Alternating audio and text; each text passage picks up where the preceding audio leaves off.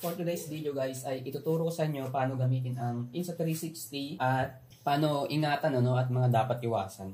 Una is dapat iwasan natin siyang ilapag kung saan-saan kasi magagasgasan po yung lens niya. Doon naka-lens protector tayo pero mas maganda ingatan pa rin natin, huwag natin patong kung saan-saan. At huwag natin nahawakan ang kanyang lens as much as possible. Tapos kapag alimbawa na-accident na natin nahawakan or nadumihan bigla out of nowhere, pwede natin siyang punasan. Huwag natin siyang pupunasan ng kahit anong tela. Kundi gamitin po natin yung lens cloth cleaner po niya, pangpunas po. Ito po yung from Insta360 mismo na pamunas.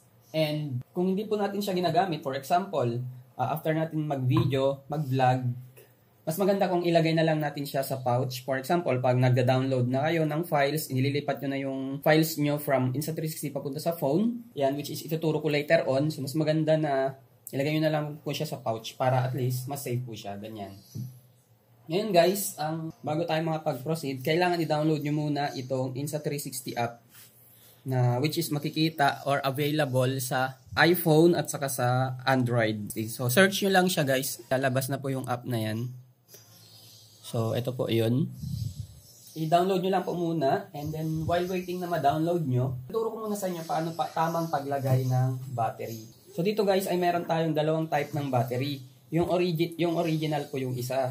Ito yung original, yung My Blue, which is ito yung gagamitin nyo for underwater activities. Ito naman po yung aftermarket. Ito po ay hindi po waterproof na battery. Naglilik po yung battery kapag ginamit po ito.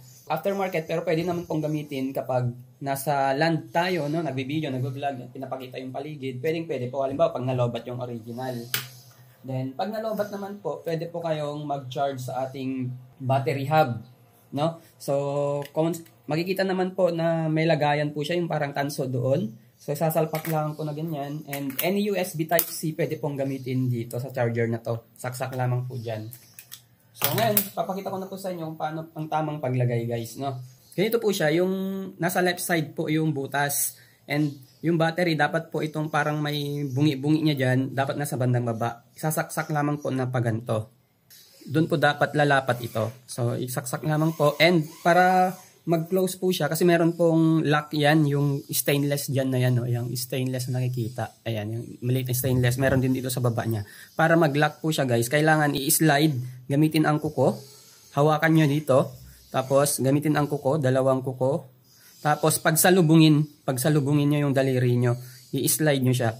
Ganon. So, pag lumubog na tong dalawang stainless na yan, saka nyo po i-press down. Tapos, bitawan. So, kapag minsan may mga times na hindi po lumulubog ng todo, i-press nyo lamang po dito niya para to make sure na lapat talaga ng husto yung battery sa loob. At hindi po siya malalaglag pag gagamitin. Sunod natin guys ay ituturo ko kung paano ilalagay yung Insta360 X3 dito sa ating hard case na metal. So, ganun lamang po yung paglagay. Wait, ipakita ko na lang ulit. Mas maganda kung hawakan nyo na lang ng ganito. Tapos, ganito siya. Ipasok nyo po ng ganon para at least hindi siya i-slide basta pababa. Tapos, saka nyo po i-lock. Kapag lumapat na siya, pwede nyo pong i-lock. Yan. So, para matesting kung hindi siya malalaglag, yan. Hawakan nyo lamang po. Kailangan nakalapat siya ng husto. And to power on, mayroon pong power button sa kanyang right side. I-press nyo lamang po, kahit soft press lamang po. Ganun lang. And iilaw na po ito. Once na umilaw po yan, nagpa-power on na po yan, nag-boot up, yan. So, naka-open na po siya.